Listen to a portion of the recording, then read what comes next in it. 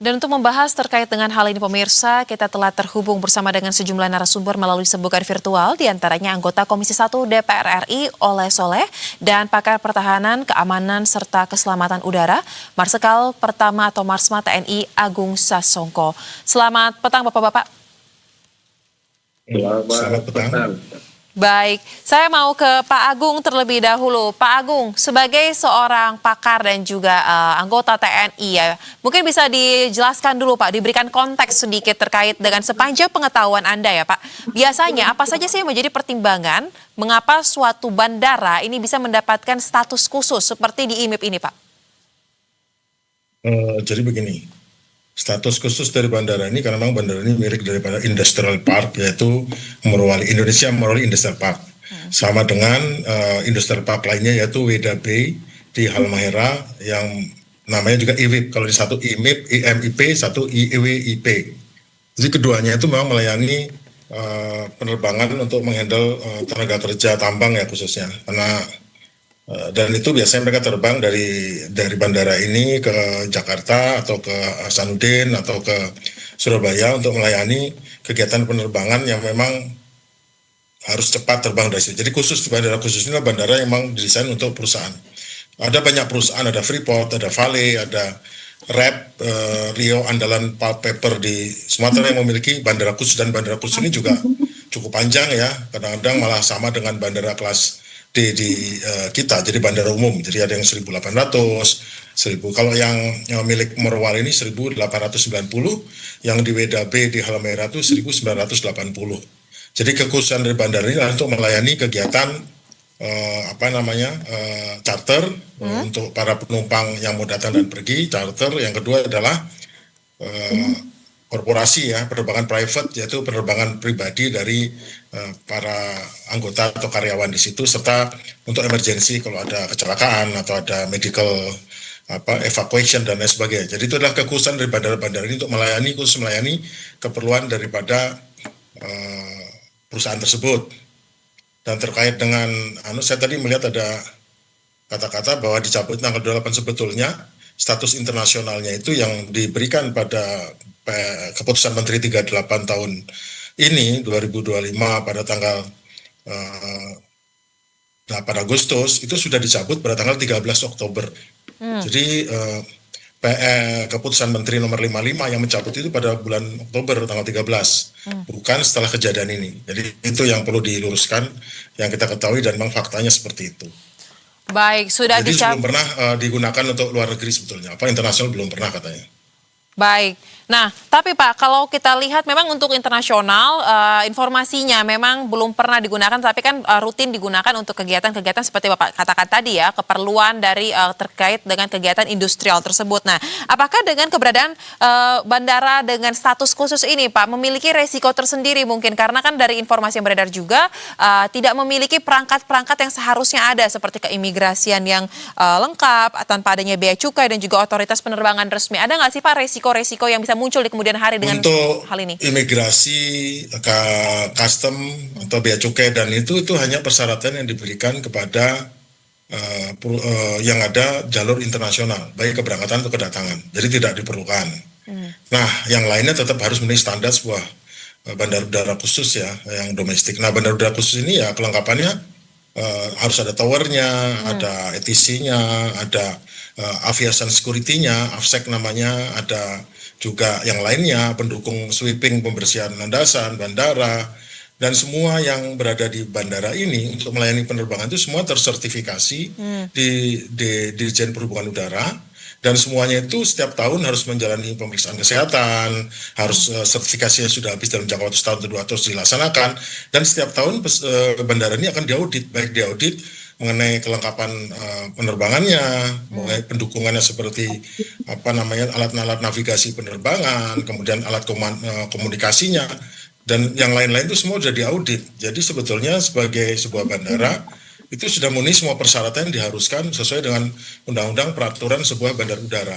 Baik dari segi Civil Air Safety Regulation 139 dan juga dari peraturan pemerintah mengenai tatanan kebandar udaraan. Jadi mestinya tidak ada ya, karena kalau ada berarti kan dia tidak bisa melayani penerbangan.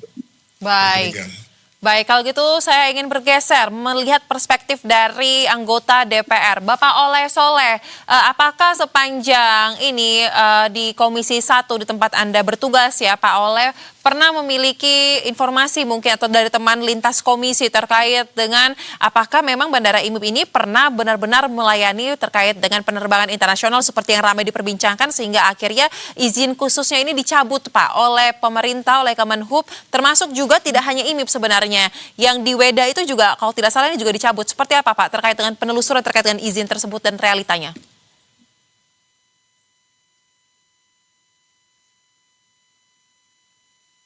Tetapi bandara ya, tentu ini karena saya di Komisi 1, tentu ini ranahnya di Komisi 5. Tetapi kalau misalkan karena memang bandara ini berhubungan dengan kedaulatan, saya rasa ada kolerasi lah ya, kolerasi mengenai bagaimana kita juga ikut mengomentari, mendalami, dan mensikapi. Nah, selama ini tentu Komisi 1 dari sisi regulasi karena memang bukan tupoksi kami, adanya di tupoksi Komisi 5 kalau nggak salah. Nah, kami tidak begitu tahu secara persis ya, baik itu dari izin domestiknya maupun izin internasional, bahkan terhadap aktivitas day to day-nya seperti apa kami tidak tahu. Nah, kalau misalkan apakah ada informasi ke kami terkait kegiatan karena ini hubungannya internasional, karena hubungannya internasional adalah dengan Kementerian Luar Negeri, dan di situ adalah Komisi 1.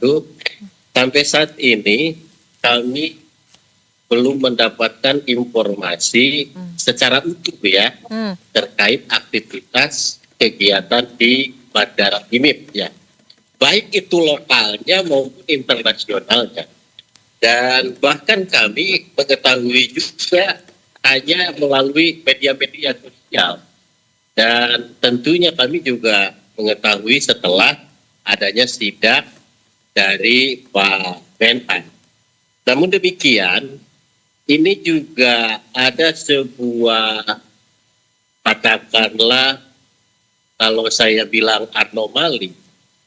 Statement awal, baik itu Pak Menhu, Pak Wakil Menteri Perhubungan ya, menyampaikan bahwa ini tidak ada izin penerbangan luar negeri. Ini hanya domestik. Tetapi kan sekarang keluar gitu ya, ada izin internasionalnya. Nah, oleh sebab itu saya rasa kita lihat saja bagaimana tim untuk bisa menginvestigasi barangkali secara menyeluruh, baik dari sisi regulasi maupun dari sisi. Karena kalaupun misalkan IMIP ini diberikan bandara secara khusus, yang notabene di situ adalah aktivitasnya bukan hanya orang, tetapi hanya ada keluar masuknya barang, dan tentunya ini soal barangnya memiliki nilai tinggi dan resiko cukup besar. Rasa-rasanya untuk hal-hal seperti model IMIP, saya secara pribadi maupun fraksi PKB berpandangan bahwa bandara-bandara semacam ini saya rasa untuk tidak diberikan izin internasional. Karena apa? Khawatir disalahgunakan untuk keluar masuk barang terutama. Baik. Dan orang mungkin bisa lewat imigrasi, barang bisa lewat bea cukai. Di mana hari ini sedang berbenah ya, bea cukai sedang berbenah, semua sedang berbenah. Sampai betul-betul belum settle, rasa-rasanya harus ada monitoring terhadap pemberian izin khusus, terutama semacam model bandara-bandara IMIP seperti ini. Baik. Nah Menarik untuk melihat bagaimana pengawasan ya terkait dengan bandara-bandara seperti model ini karena ada kekhawatiran seperti tadi disampaikan oleh Pak Olesole. Nah, saya ingin ke Pak Agung. Pak Agung, kalau begitu karena kasus ini kan terungkap juga karena juga ada pemeriksaan langsung ya sidak oleh Menhan ya kala itu dan ia mengungkapkan kemarahannya dalam beberapa video yang kita lihat di beredar secara luas. Nah, pertanyaannya, sebagai seorang pakar, apakah Anda menilai ini menjadi arti bahwa pengawasan terhadap ruang udara kita ataupun pengawasan terhadap bandara-bandara dengan status khusus di Indonesia ini sepertinya sudah harus dievaluasi lagi, diperbaiki lagi, atau ada catatan mungkin Pak untuk kedepannya seperti apa? Saya melihat bahwa reaksi daripada Menteri Pertahanan itu wajar. Karena memang tugas beliau untuk melihat ada suatu hal di suatu daerah Indonesia dikaitkan dengan kedaulatan, apakah ini sesuai atau tidak. Tentu beliau bertanya. Sebelum beliau mengungkapkan kata-katanya mesti bertanya. Dan mungkin informasi yang sampai ke beliau bahwa bandara ini bandara internasional. Dan selayaknya sebuah bandara internasional dia akan bertanya, di sini ada custom nggak? Apakah ada imigrasi nggak? Apakah ada karantina nggak? Begitu nggak ada, ya langsung dia loh katanya bandara internasional, kenapa tidak ada ini? Wajar beliau bertanya seperti itu, karena memang tugas beliau adalah meyakinkan bahwa setiap tempat dikaitkan dengan kedaulatan, dikaitkan dengan pertahanan.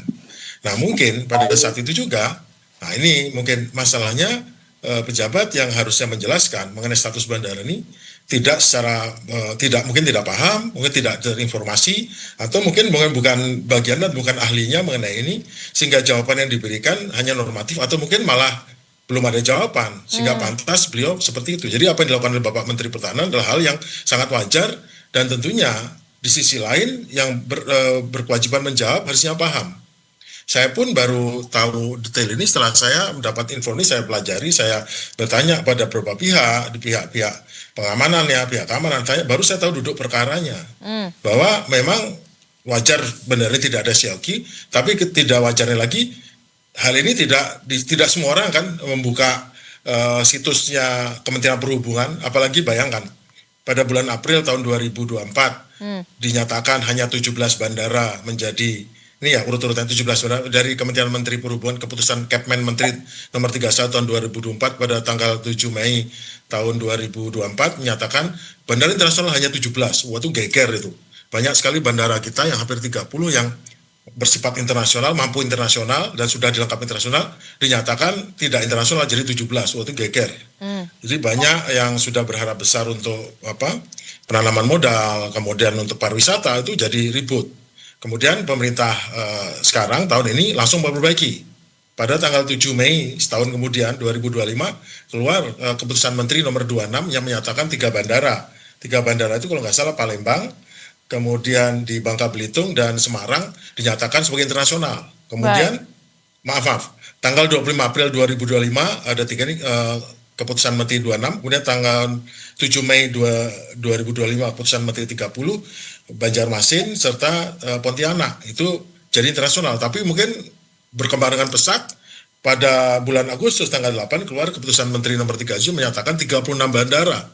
Itu terdiri dari 9 bandara di Jawa, 7 bandara di Sumatera, 4 bandara di Kalimantan, 3 bandara di Sulawesi, 4 bandara di Papua, dan sisanya tersebar di Indonesia menjadi bandara internasional, termasuk Komodo, termasuk bandara lain. Namun itu bandara besar ya. Nah bandara yang kecil itu bukan kecil ukurannya, tapi karena kecil statusnya, yaitu 4 bandara, yaitu di Bandara Rep Riau Andalan Pub itu di Pelalawan Riau di dekat Pekanbaru, kemudian bandara di Kalimantan Selatan yaitu di Bersujud Tanah Bumbu, serta bandara di 2 yaitu IMIP dan IWIP. IMIP itu di Morowali dan IWIP di Wedabai Halmahera. Itu dinyatakan sebagai bandara internasional. Baik. Bersyarat.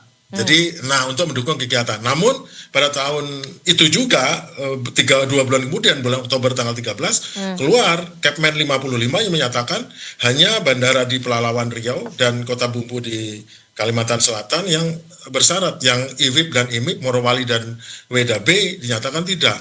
Jadi, mungkin ada sesuatu di situ yang katanya saya dengar-dengar mereka nggak sanggup tuh menjadi bandara internasional. Karena bandara internasional itu harus lengkap itu semuanya, termasuk instrumen landing system dan segala macam. Kelihatan nggak sanggup, akhirnya dicabut tinggal 2. Gitu. Akhirnya Baik. mungkin informasi ini tidak tersampaikan dengan baik, akhirnya sampai ke Bapak Menhan, Menteri ya bertanya dan jawabannya tidak memuaskan, ya timbul pertanyaan, wajar lah. Ini gimana Baik. internasional kok nggak ada sistem pendukungnya, demikian. Terima kasih. Baik, kalau begitu kita akan dorong bersama untuk dapat duduk perkara ini diperjelas sedemikian rupa, dan paling penting adalah terkait dengan regulasi yang telah diatur dapat ditaati ya, dan terutama tadi Pak Soleh menggarisbawahi agar kedaulatan kita tetap dijunjung ataupun apapun asasnya yang terjadi. Terima kasih, mohon maaf karena waktu kita terbatas, kita akan lanjutkan dalam kesempatan lain. Selamat malam Bapak-bapak. Terima kasih. Selamat malam.